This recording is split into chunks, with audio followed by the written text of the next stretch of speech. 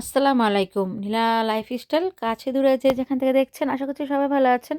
আলহামদুলিল্লাহ আমরাও ভালো আছি। আমি নীলা ইতালি থেকে বলছি। আর আজকেও আমি প্রতিদিনের মতো একটা ছোট্ট একটা ভিডিও নিয়ে হাজির হয়ে গিয়েছি। আর ভিডিওটা ছোট্ট একটা গ্রাম থেকে স্টার্ট করছি। ছোট্ট গ্রাম বলছি আমি এই কারণেই, যারা আমরা ইতালিতে পাহাড়ে অঞ্চলে থাকি, ওইগুলাকে ইতালিতে আর কি পাহাড়গুলাকে গ্রামই বলে, সাইডে সাইডে যারা থাকে। তো সেজন্যই পাহাড়ই বললাম। আর এই যে বাসে তো উঠে গিয়েছি, স্কুলে যাব সেজন্য। আর উঠে দেখি অনেক স্টুডেন্ট, ছোট ছোট বাচ্চা। তো যাই হোক, ওদের সাথে চলে গেলাম স্কুল করে। তারপর তো বাসায় চলে আসলাম। বাসায় এসে দেখি ও মা, আবহাওয়া তো রূপ চেঞ্জ করে নিয়েছে। এই দেখি ভালো, এই তো দেখি আবার খারাপ। কিন্তু তারপর দেখলাম যে এরকম হলো কেন। তারপর ভাবলাম একটু আপনাদের সাথে শেয়ার করি আবহাওয়াটা। দেখেন জানালাটা নেট কারণে পুরো স্পষ্ট দেখা যাচ্ছিল না, গাঁদা ফুলগুলো মরে যাচ্ছে।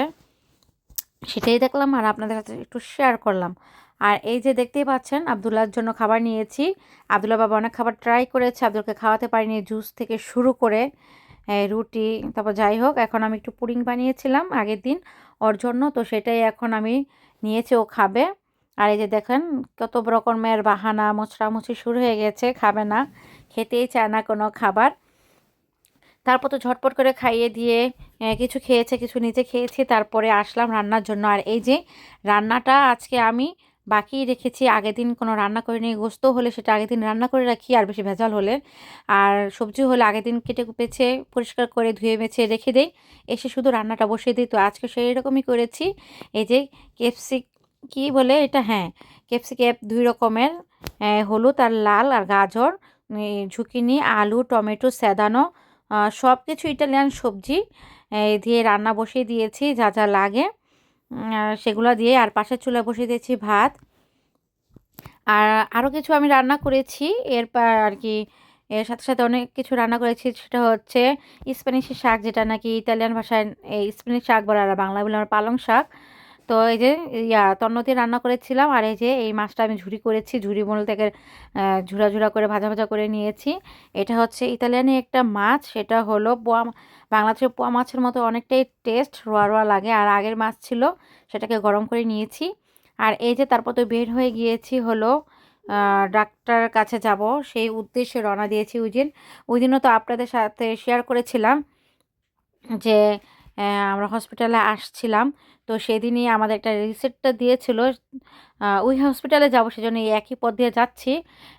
যে রিসেপ্টটা ওটার মধ্যে যদি ওষুধ লিখে দেয়, ওটা ফ্রিতে পাওয়া যায় ইতালিতে। তো আমাদের ওটা দিয়েছে ঠিক, কিন্তু আমরা ওটা দিয়ে ওষুধ নিয়ে আসতে পারিনি। যেটার কারণ হচ্ছে, কী জন্য নিয়ে আসতে পারি না, সেটার কারণ হলো আমাকে আর আব্দুল্লাহর বাবাকে ওষুধ দিয়েছে, তো দুজনের ক্ষেত্রে 2টা রিসেপ্টটা লাগবে। তো ডাক্তার, যে মহিলা ডাক্তার ছিল, উনি আমাদের একটার মধ্যে দুজনের ওষুধ লিখে দিয়েছে আর কি, অত লিখে দিয়েছে। তো অত জায়গায় আর কি 2টা রিসেপ্ট লাগবে, কীভাবে যেন বললো। তো যাই হোক, এই যে এখনে আমরা দেখেন করে নিচ্ছি, চলে আসলাম হসপিটালে। তারপর তো দেখেন এই রোড দিয়ে যেতেই হবে। তারপর চলে আসছি হসপিটালে গিয়ে আব্দুল্লাহ বাবা ঠিক করে নিয়ে আসছে। আমরা আর এত সিঁড়ি বাবাই করি না, লিফটে বাবাই না করে এখানে রয়ে গিয়েছি। তারপরে এই যে দেখেন আব্দুল্লাহকে পার্কে নিয়ে আসলাম, পার্কে খেলাধুলা করছিল আব্দুল্লাহ। কি আর করব, এই যে খেলাধুলা করছিল আব্দুল্লাহ। আর এই যে আব্দুল্লাহ বাবাকে খোঁজে, কিন্তু আমরা যে ফার্মেসি থেকে সবসময় করি, এই ফার্মেসিটা এখান থেকে গেলে অনেকটা কিছুটা গেলেই তারপরে আর কি পাওয়া যায়। আর ওই এসব আর কি মিক্সড ওষুধ, বানানো ওষুধ, বা এই যে ওষুধ আগে দোমান্ধা করতে হয়, এগুলা সব এখানেই পাওয়া যায়, এই বড় ফার্মেসিটার মধ্যেই। তাই আমরা এখানেই দিয়ে দিলাম। আর আজকে বেশিক্ষণ থাকবো না পার্কে, সেজন্যই, কারণ ঠান্ডা পড়ে গিয়েছে। আর এই যে পার্ক থেকে যাওয়ার সময় এগুলো পড়ে, আর আসার সময়ও পড়ে। দেখেন সব কিছু একেবারে মনে করেন চতুর্দিকে হাতের কাছেই সব কিছু পাওয়া যায়।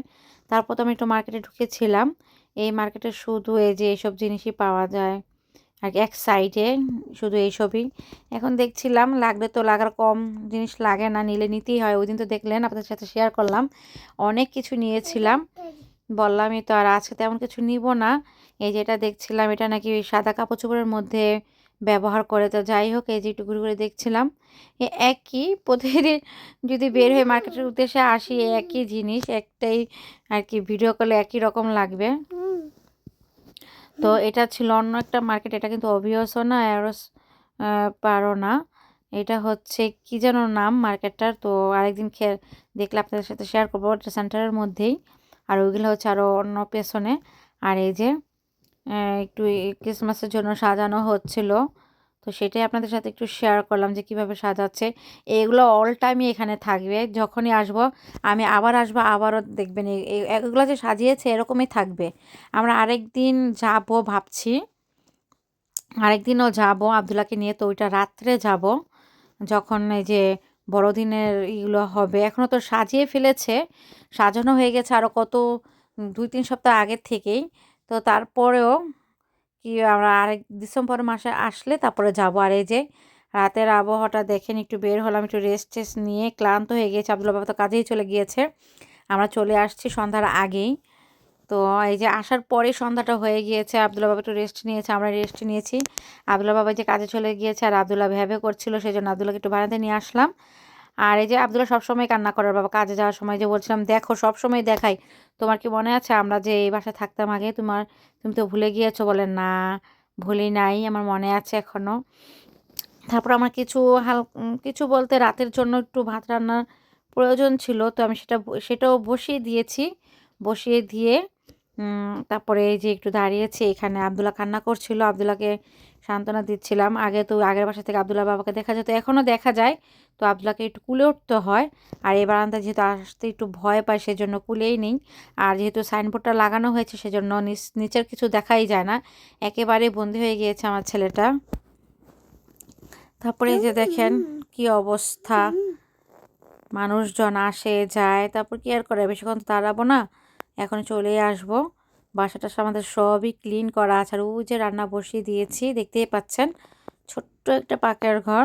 আর এই যে রুমের মধ্যে আসার পরে যে আব্দুল্লাহ দেখেন খেলাধুলা করছে, গাড়ি চালাচ্ছে আলমারির ভিতরে। গাড়িটা রেখে, রিমোট কন্ট্রোল গাড়ি যেহেতু, ওটা ও বারবারই চাপছে আর গাড়িটা চালাচ্ছে, এবং কি শাটারটা লাগিয়ে ও নিজেও ভিতরে ঢুকে যায়।